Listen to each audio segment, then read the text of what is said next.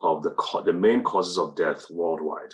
And you can see that the cardiovascular system, cardiovascular diseases like heart and circulatory, it says heart and circulatory disorders. I would add strokes to that. Those are the top killers worldwide. It's beginning to go on the rise, but in general, most countries, especially in the Western world, the number one cause of death is cardiovascular. So heart attacks and strokes. Number two is cancer. Number three are the lung problems, respiratory problems, especially as you grow older. Actually, in the extremes of life, when you're very young and when you're very old, you're more susceptible to respiratory problems.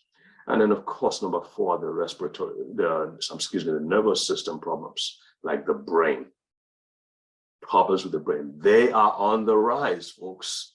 I'm shocked. I mean, dementia, we used to think about dementia, and that's a problem when you're losing your memory and you're losing your ability to speech. I used to think that was for the very, very old and the decrepit. It's not so anymore. We're seeing people even younger than 60 that are having dementia.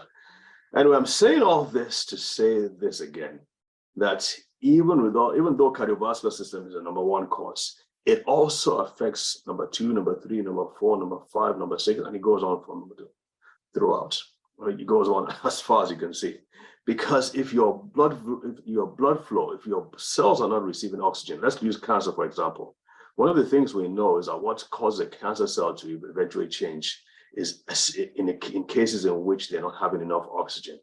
One of the things, if all your cells in your body are having the amount of oxygen that they needed to function at every point in time, it's less likely that they become inflamed and less likely they become cancerous.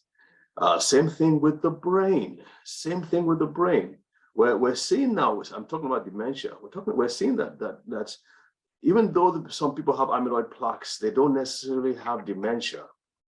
It's those who have the plaques and the tangles and the other problems in the brain, plus problems with their blood vessels in the brain. In other words, the arteries are not able to provide the oxygen and the nutrients to the brain cells because the arteries themselves, those channels are diseased themselves. And that's why they're not providing enough of the nutrients and the oxygen, like I said, to the brain.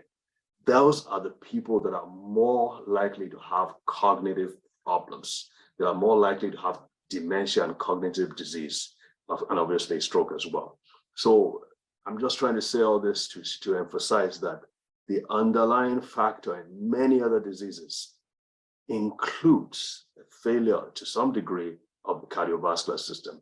Another reason why we need to focus on the cardiovascular system.